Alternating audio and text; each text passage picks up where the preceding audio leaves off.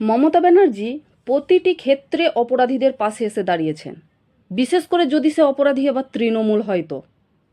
মানুষকে কোনোদিন ভুলবে যে যাকে একদিন সম্মানের সহিত মুখ্যমন্ত্রীর আসনে বসিয়েছিল সে আজকে গোটা রাজ্যটিকে ধ্বংসের পথে ঠেলে দিল?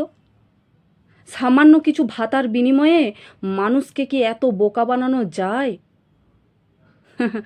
মানুষের সেবা করতে আসাটাই কি মেয়েটার অপরাধ ছিল? কেন শেখ হাসিনার মতো মমতার অবস্থা হবে না বলুন তো?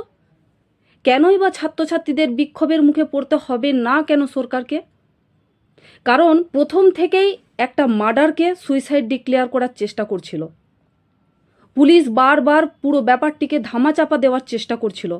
এমনকি মেয়েটির মা বাবাকে না দেখিয়ে সরাসরি নিয়ে চলে যাওয়া হয়েছিল।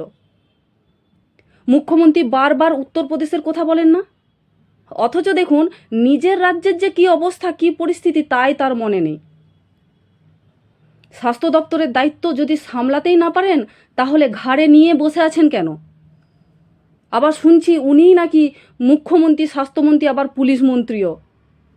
একটা মেয়ে কর্মরত অবস্থায় কর্তব্য করছিল, সেখানে তাকে প্রাণ হারাতে হলো। আমরা মুখ্যমন্ত্রীর কাছে জবাব চাই, কেন সিসি ক্যামেরা নেই হসপিটালে? কেনই বা ডাক্তারদের জন্য রেস্ট রুম নেই? আর কেনই বা সিকিউরিটি নেই? আজকে মেয়েটির ওপর যেভাবে পাশবিক অত্যাচার করেছে, মার্ডার করা হয়েছে, ভাবতে অবাক লাগে এই সব কিছু কখনো একটি ছেলের পক্ষে সম্ভব নয় একা। 36 ঘন্টা কখনো ডিউটি হতে পারে, এটি কখনোই সম্ভব নয়। এমনকি সুপ্রিম কোর্টের প্রধান বিচারপতিও বলেছেন ওনার কেরিয়ার লাইফে এমনটা কখনো শোনেননি। কি আশ্চর্য না? ধিক্কার জানাচ্ছেন রাজ্যকে। কতটা লজ্জার, কতটা ঘেন্নার বলুন তো? আমরা কি না এই মুখ্যমন্ত্রীকে একদিন ভোট দিয়েছি, ভাবতেই লজ্জা লাগে। মুখ্যমন্ত্রী ভেবেছিলেন মেয়েটির বাবা মায়ের হাতে মোটা অঙ্কের টাকা দিয়ে দিলে হয়তো চুপ করে যাবে বা ব্যাপারটা হয়তো স্থগিত হয়ে যেতে পারে, কিন্তু না, তার হলো না। মমতা সরকারের পাপের ঘড়া বোধহয় পূর্ণ হয়ে গেছে বলে মনে হচ্ছে। কেননা এই মৃত্যুটিকে ঘিরে শুধু পশ্চিমবাংলা নয়, ভারতবর্ষ তথা পুরো বিশ্বে সাড়া ফেলে দিয়েছে। কেন বলুন তো? কারণ মেয়েটি অত্যন্ত সৎ এবং সততার সহিত সে নিজের এই কর্তব্য দ্বারা রোগীদের সেবা করছিল। আর এই অন্যায় বা অপরাধটি হয়তো ঈশ্বরও মেনে নিতে পারেননি, তাই ওনাকে শাস্তি দেওয়ার জন্য এই পথে নামিয়ে আনলেন।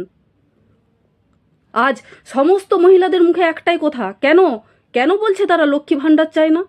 কেন তারা বলছে কন্যাশ্রীর টাকা চায় না? আমাদের শুধু নিরাপত্তা চাই। এটাই হচ্ছে শাস্তির ফল। লোকের জুতো ঝাঁটা খাওয়া, ছবিতে আগুন ধরিয়ে দেওয়া। আজ পর্যন্ত বলতে পারবেন কোনো মুখ্যমন্ত্রীকে এইভাবে রাজ্যে ঝাঁটা জুতো খেতে হয়েছে? আজ যাই হোক, টাকা দিয়ে কখনো মানুষের মুখ বন্ধ রাখা যায় না। জনগণের জনরোষ পদত্যাগ করতেই হবে। আর এই জন্য বলা হয় কর্মা ইজ ব্যাক। আরজিকর কাণ্ডে এবার রাষ্ট্রপতির কাছে বিশেষ অনুরোধ করলেন বিজেপি সাংসদ অভিজিৎ গাঙ্গুলি। 356 ধারা জারি করে শাসনভার নিজের দায়িত্বে নিন অনুরোধ জানালেন প্রাক্তন বিচারপতি অভিজিৎ গাঙ্গুলি। অভিযোগ করেন মমতা ব্যানার্জি পুলিশকে দিয়ে প্রমাণ লোপাট থেকে শুরু করে তাড়াতাড়ি মৃতদেহ সৎকার করিয়েছেন।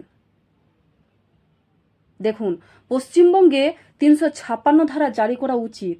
রাষ্ট্রপতি শাসনের আওতায় এলে হয়তো বাংলার মানুষ অর্থাৎ নারীরা সুরক্ষিত থাকবেন। কোনো কেলেঙ্কারির উন্মোচন এই সরকার করতে দেবে না, কারণ তারা সব সময় তথ্য প্রমাণ নষ্ট করে ফেলবে। গরু পাচার, কয়লা পাচারের কথা তো আছেই।